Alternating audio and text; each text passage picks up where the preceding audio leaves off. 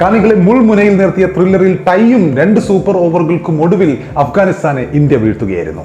ഭാഗ്യ നിർഭാഗ്യങ്ങൾ മാറിമറിഞ്ഞ മൂന്നാമത്തെയും അവസാനത്തെയും T20യിൽ ആവേശോജ്വല വിജയമാണ് രോഹിത് ശർമ്മയും സംഘവും സ്വന്തമാക്കിയത്. ഇതോടെ പരമ്പര ഇന്ത്യ 3-0 തൂത്തുവാരുകയും ചെയ്തു.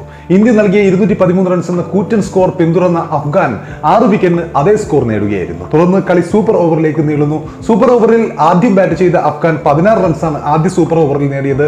മറുപടിയിൽ ഇന്ത്യക്കും 16 റൺസ് മാത്രമേ നേടാനായുള്ളൂ. ഇതോടെ വീണ്ടും ഒരു സൂപ്പർ ഓവർ. ഇത്തവണ ഇന്ത്യയാണ് ആദ്യം ബാറ്റ് ചെയ്തത്. 11 റൺസ് മാത്രമേ ഇന്ത്യക്ക് നേടാനായുള്ളൂ. 5ാമത്തെ പന്തിൽ ഇന്ത്യക്ക് 2 വിക്കറ്റ് നഷ്ടമായതോടുകൂടിയാണ് ആ സംഭവം ഉണ്ടായത്. പക്ഷേ രവി ബിഷ്ണോയ് എറിഞ്ഞ സൂപ്പർ ഓവറിൽ വെറും 1 റൺസാണ് അഫ്ഗാനിസ്ഥാൻ നേടാനായത്. ആദ്യ ബോളിലും 3ാമത്തെ ബോളിലും വിക്കറ്റുകൾ നഷ്ടമായതോടെ അവരുടെ റൺ ചേസും അവിടെ അവസാനിക്കുകയായിരുന്നു. ജയഭേരി മുഴക്കി ടീം ഇന്ത്യ അഫ്ഗാനിസ്ഥാനെതിരായ 2020 പരമ്പര 3-0 സ്വന്തമാക്കിയെങ്കിലും അവരുടെ ക്രിക്കറ്റ് ചരിത്രത്തിലെ എക്കാലത്തെയും മികച്ച പ്രകടനത്തോടെ ഐതിഹാസിക